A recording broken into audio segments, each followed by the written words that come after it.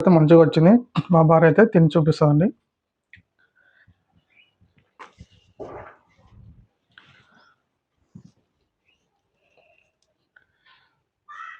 చూడండి మా మా భార్య ముందు అయితే పెట్టాను. ఆమె అయితే టేస్ట్ చేసి చూస్తుందండి ఎలా ఉందో. ఆ టేస్ట్ బాగుందంటేనే మీరు వీడియో మొత్తం చూడండి, చేసుకోండి. చూడు, చట్నీ ఎక్కువ వేసుకో.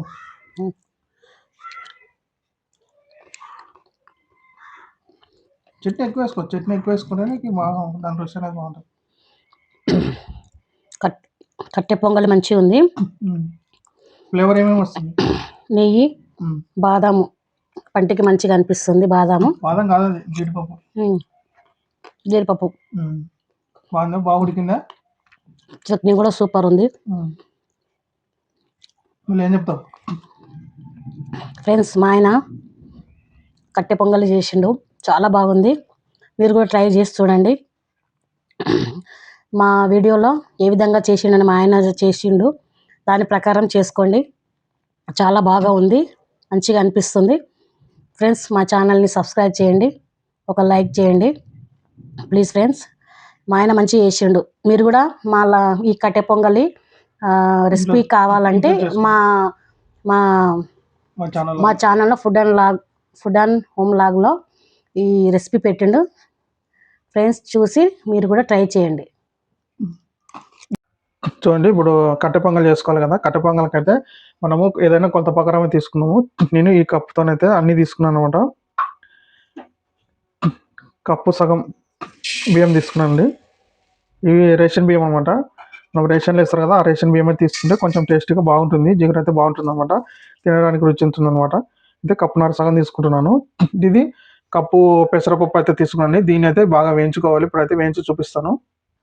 చూడండి, పెసరపప్పుని అయితే ఈ విధంగా ఈ బ్యాండీలో వేసుకొని మంట అయితే స్లోగా పెట్టుకోండి. మంట స్లోగా పెట్టుకొని వేయించుకోవాలి, లేదంటే మొత్తం మాడిపోతుంది, రుచి అయితే రాదు. గోల్డ్ కలర్ వచ్చే విధంగా మనము బాగా వేయించుకున్నామంటే బాగా టేస్ట్ అయితే ఉంటుంది అన్నమాట. ఈ విధంగా కింద వేగుతూ ఉంటే స్పూన్తో కలుపుతూ ఉండాలన్నమాట. ఒక 2 నిమిషాలు ఈ విధంగా స్లో మంటల్లోనే బాగా వేయించుకోవాలి.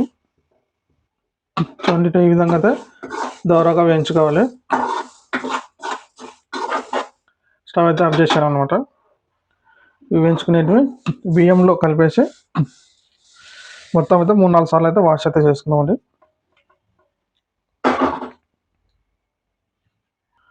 వాటర్ తీసుకొని బాగా మొత్తం అయితే బాగా 2-3 సార్లు అయితే వాష్ చేసుకున్నామండి.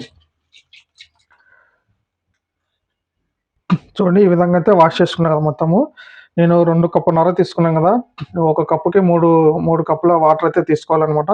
కాబట్టి నేను మొత్తం 8 కప్పులు అయితే వాటర్ అయితే తీసుకొని మొత్తం బియ్యాన్ని పప్పునైతే ఉడికించుకుంటానండి. చూడండి, వాటర్ అయితే 8 కప్పుల వాటర్ తీసుకున్నాను. రుచికి తగినంత సాల్ట్ వేస్తున్నాను. అదేవిధంగా నెయ్యి చెప్పాను కదండి, నెయ్యి అయితే ఒక స్పూన్ నెయ్యి అయితే వేస్తున్నాను. ఉడికేటప్పుడు మంచి ఫ్లేవర్ కోసం అయితే నెయ్యి అయితే యాడ్ చేస్తున్నాను అనమాట. అదేవిధంగా పసుపు అండి, మంచి కలర్ రావాలి కదా, పసుపు కలర్ కాబట్టి వేసి మొత్తం కలిపి పొయ్యి మీద అయితే ఉడికించుకుంటానండి. చూడండి, ఈ విధంగా అయితే పొయ్యి మీద అయితే పెట్టేశాను. లో ఫ్లేమ్లో పెట్టేసి ఒక 15 నిమిషాలతో ఉడికించుకున్నామండి. అన్నం ఏ విధంగా ఉడికించుకున్నామో ఆ విధంగా అయితే ఉడికించుకోవాలి.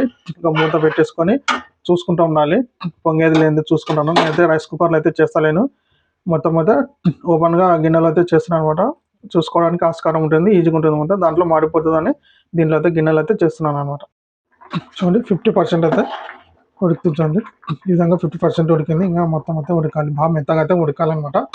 బాగా ఉడికించుకుందాం. చూడండి, మొత్తం అయితే పొంగల్ అయితే తయారైంది, కట్ట పొంగలి. దీనికైతే తాలింపు వేసుకుంటే అయిపోయిందన్నమాట. స్టవ్ అయితే ఆఫ్ చేస్తున్నాను. మొత్తం అయితే పర్ఫెక్ట్గా అయితే ఉడికిందనమాట. దీన్ని మనం తాలింపు వేసుకుంటే అయిపోయిందనమాట. ఫ్లేవర్ అయితే గుమాలిస్తుంది, మంచి ఫ్లేవర్ బాగా వస్తుంది అనమాట. తాలింపు అయితే వేసుకున్నామండి. తాలింపు వేసిన తర్వాత కొంచెం మంచి ఫ్లేవర్ కోసం అయితే కొత్తిమీర వేస్తున్నాను అండి. చిన్న కట్ చేసుకొని కొత్తిమీర వేసుకొని కలుపుకుందాం.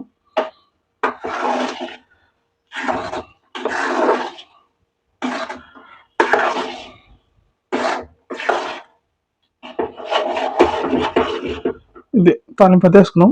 చూడండి తాలింపు కోసం అయితే చిన్న గిన్నె అయితే పెట్టుకున్నాను తాలింపు కోసం. ఆయిల్ అయితే పోస్తానండి. ఆయిల్ కొంచెం ఎక్కువ వేసినాను తాలింపు కోసం. విధంగా 2 టేబుల్ స్పూన్లు నెయ్యి అయితే వేసుకుంటున్నాను. కొంచెం మంచి ఫ్లేవర్ కోసం అయితే నెయ్యి వేసుకుంటాను అనమాట. ఫస్ట్ స్టార్టింగ్ వేసాను కదా, ఇప్పుడు కూడా వేసుకున్నాను. అది కరిగి మొత్తం వేడెక్కేంత వరకు చూసుకోవాలి. చూడండి ఆయిల్ అయితే వేడెక్కింది. జీలకర్ర, ఆవాలు, పచ్చిమిర్చి వేసుకుంటున్నాను. వేసుకొని బాగా వేయించుకోవాలండి.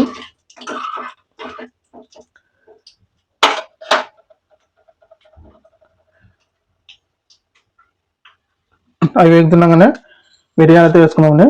మిరియాలు, కొంచెం అల్లం వెల్లుల్లి పేస్ట్ అయితే వేసుకున్నాము. మామూలు అల్లం ముక్కలు అయితే వేసుకోవాలి. నా దగ్గర అల్లం ముక్కలు లేనందుకు అల్లం వెల్లుల్లి పేస్ట్ అయితే వేస్తున్నాం.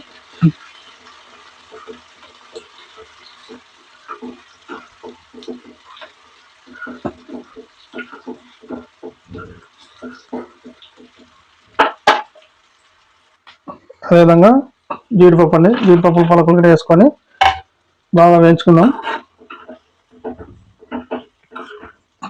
జీడిపప్పు పలుకులు వేసుకుంటే బాగా మనము తినేటప్పుడు మనకి మంచి ఫ్లేవరు పలుకులుగా బాగుంటుంది అన్నమాట జీడిపప్పు తింటుంటే. కాబట్టి జీడిపప్పు పలుకులు అయితే వేసుకున్నాను. అదేవిధంగా నెక్స్ట్ పచ్చిమిర్చి వేసుకున్నాను, చిన్నగా కట్ చేసుకున్నాను. కొంచెం కారం అయితే ఉండాలి కదా, ఆ కారం కోసం అయితే పచ్చిమిర్చి వేసుకున్నాను.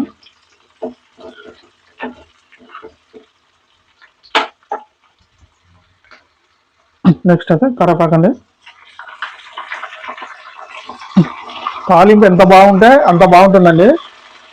మొత్తము తాలింపు అనేది బాగుండాలన్నమాట. తాలింపు లేకుంటే అసలు ఏ వంట అయినా బాగుంటుంది అనమాట. తాలింపు అనేది బాగుండాలి. బాగా అయితే వేయించుకోవాలి. తాలింపు అయితే అయింది. ఇంకా స్టవ్ అయితే ఆఫ్ చేశాను. చల్లగా అయిన వెంటనే దాంట్లో వేసుకుందామండి. తాలింపు అయితే వేస్తున్నాను.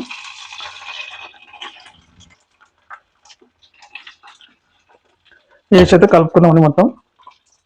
చూడండి కట్టె పొంగల్ అయితే పర్ఫెక్ట్గా తయారైంది. చూడండి మొత్తం అయితే కట్టె పొంగల్ తయారైంది. దీనికి పల్లి చట్నీ సూపర్ ఉంటుంది అనమాట. పల్లి చట్నీ చేసి చూపిస్తాను ఏ విధంగా చేయాలో. పల్లి చట్నీ అయితే చేసుకొని ఇంకా రెండు కలిపి తింటే సూపర్ ఉంటుంది. కట్టె పొంగల్ సాంబార్ కూడా వేసుకోవచ్చు, పప్పు అలాంటి ఏమైనా వేసుకోవచ్చు అనమాట. నేనైతే చట్నీ అయితే చేస్తానండి, పల్లి చట్నీ. కాబట్టి చట్నీ అయితే చూపిస్తాను ఇప్పుడు. పల్లి చట్నీ కోసం అయితే పల్లీలు అయితే వేసుకున్నాము. ఆయిల్ లేకుండా వేయించుకున్నామండి.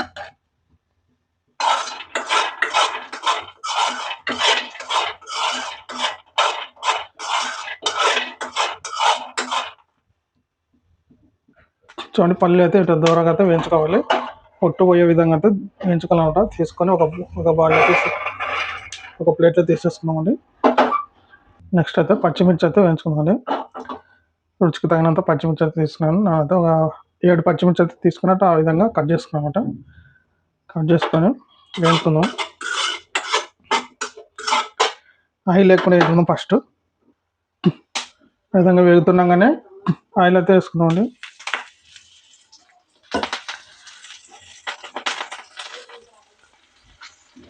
అలాగే ఆనియన్స్ వేసుకొని కలుపుకున్నాం, బాగా వేసుకున్నాం.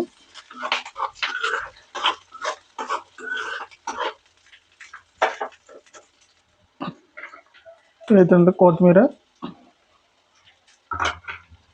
పల్లీలు వేసి వేయించుకున్నామండి.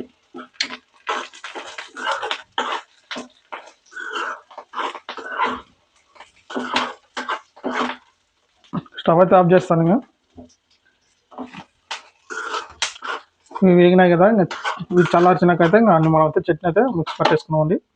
చూడండి మిక్సీ జార్లో అయితే ఫస్ట్ పల్లీలు అయితే వేసుకుంటాను.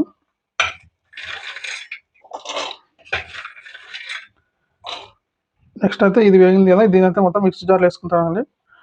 చూడండి మొత్తం అయితే దీంట్లో వేసుకున్నాను మిక్సీ జార్లో. రుచికి తగినంత సాల్ట్, కొంచెం వాటర్ వేసుకొని మిక్స్ అయితే పట్టేసుకున్నామండి. చూడండి చట్నీ అయితే మెత్తగా ఈ విధంగా అయితే పట్టేసుకున్నామన్నమాట. దీనికి తాలింపు అయితే వేసుకున్నామండి. చూడండి తాలింపుకి అయితే గిన్నె పెట్టాను. తాలింపుకి ఆయిల్,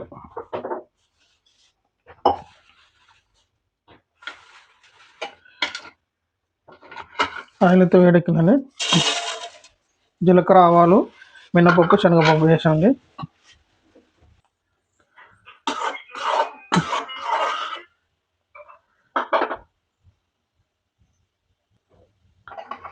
అలాగే కరివేపాకు, ఎండుమిర్చి వేసుకొని కలుపుకున్నామండి.